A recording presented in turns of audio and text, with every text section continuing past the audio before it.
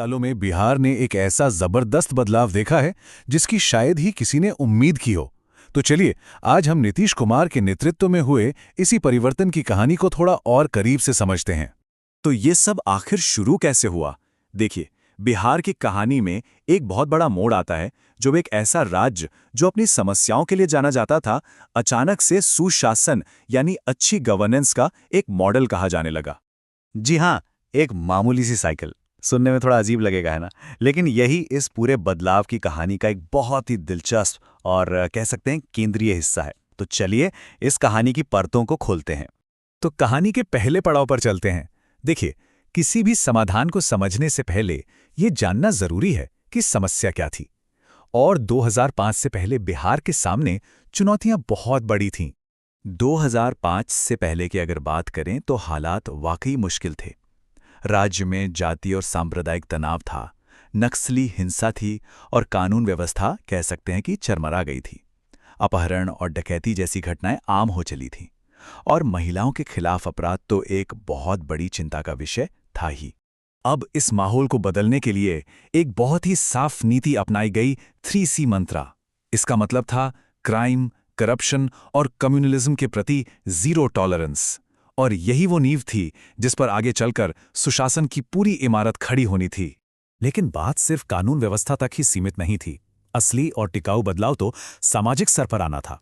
और यहीं से शुरू होता है कहानी का दूसरा और सबसे दिलचस्प अध्याय, एक साइकिल क्रांति। तो प्लान सिर्फ पुलिसिंग का नहीं था, बल्कि समाज को अंदर से बदलने का था। और इस बदलाव की धुरी थी राज्य की आधी आबादी यानी महिलाएं। उन्हें सशक्त बनाना ही असल लक्ष्य था। इस रणनीति में कई अहम योजनाएं थीं, जैसे कि लड़कियों के लिए मुख्यमंत्री बालिका साइकिल योजना और पोशाक योजना। इसके अलावा स्थानीय निकायों में महिलाओं को 50% और सरकारी नौकरियों में 35% आरक्षण दिया गया। और जीविका जैसे सेल्फ हेल्प ग्रुप्स ने तो महिलाओं को आर्थिक रूप से आत्मनिर्भर बनाने में एक बड़ी भूमिका निभाई। इन सब में सबसे ज्यादा चर्चित हुई 2006 में शुरू हुई साइकिल योजना। इसका आइडिया बहुत ही सिंपल था। जो भी लड़की 9वीं क्लास में एडमिशन लेगी, उसे सरकार साइकिल खरीदने के लिए सीधे कैश देगी। मकसद बिल्कुल सीधा था, क्योंकि स्कूल अक्सर दूर होते थे, तो साइकिल देकर एक तरह से स्कूल को ही लड़कियों के दरवाजे तक ले आया गया। और इसके जो नतीजे निकले वो सचमुच में क्रांतिकारी थे। जरा इस नंबर को देखिए। योजना के पहले ही साल में लड़कियों का स्कूल में एडमिशन 30% से भी ज्यादा बढ़ गया। मतलब इसका असर तुरंत और साफ साफ दिखने लगा। और ये असर सिर्फ एडमिशन तक नहीं रुका। एक स्टडी से पता चला कि जिन लड़कियों को साइकिल मिली, उनके 10वीं क्लास पूरी करने के चांस करीब 28% और स्कूल खत्म करने के चांस लगभग 23% तक बढ़ गए। ये दिखाता है कि इस एक कदम ने लड़कियों को पढ़ाई जारी रखने का कितना हौसला दिया। और अब एक और बहुत ही दिलचस्प आंकड़ा देखिए। शिक्षा का सीधा असर जिंदगी के बड़े फैसलों पर भी पड़ता है। जिन लड़कियों को साइकिल मिली, उनकी शादी की औसत उम्र में करीब 6 महीने की देरी हुई। ये भले ही छोटा लगे, लेकिन ये एक बहुत बड़ा सामाजिक बदलाव था। अच्छा, जब समाज का इतना बड़ा हिस्सा पढ़ लिख कर सशक्त होता है, तो इसका असर अर्थव्यवस्था पर पड़ना तो लाजमी है। तो अब चलते हैं कहानी के तीसरे हिस्से पर और देखते हैं कि इन नीतियों ने आर्थिक तरक्की की राह कैसे बनाई। जरा इन आंकड़ों पर नजर डालिए। ये बिहार के इंफ्रास्ट्रक्चर की पूरी कहानी बयां करते हैं।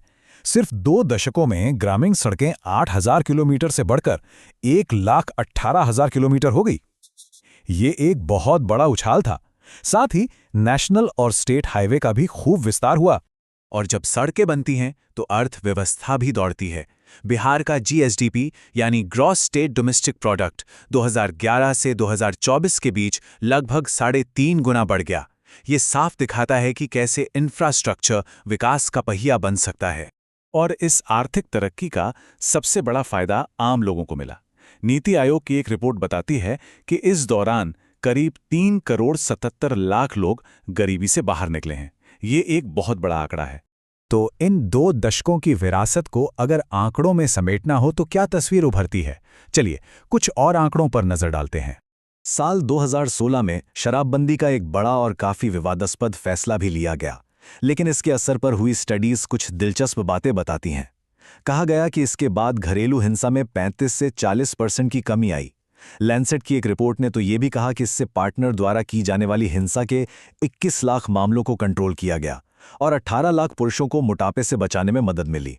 तो कुल मिलाकर तस्वीर कैसी दिखती है? देखिए, एक तरफ गरीबी में भारी कमी, जीएसडीपी में 3.5 गुना की बढ़ोतरी और राजनीति में महिलाओं की 55% तक की भागीदारी जैसी बड़ी सफलताएं हैं, तो वहीं दूसरी तरफ पढ़ी लिखी लड़कियों के लिए अच्छी नौकरियों की कमी और सामाजिक सोच में धीमे बदलाव जैसी चुनौतियां आज भी मौजूद हैं। आखिर में हम वापस उसी प्रतीक पर आते हैं जहां से हमने ये कहानी शुरू की थी। ये जो लाइन है, ये पूरी कहानी का सार है। साइकिल पर जाती एक लड़की सिर्फ स्कूल जाती हुई एक लड़की नहीं है, वो एक बदलते हुए समाज और नई उम्मीदों का प्रतीक है। और यहीं पर आकर एक बड़ा सवाल खड़ा होता है। इस बदलाव ने लोगों में, खासकर लड़कियों में, नई आकांक्षाएं जगा दी हैं। अब सवाल यह है कि इन नई उम्मीदों और सपनों को पूरा करने के लिए अगले कदम क्या होने चाहिए। ये एक ऐसा सवाल है जिस पर सोचना बहुत जरूरी है। हमारे साथ इस विषय को समझने के लिए आपका शुक्रिया।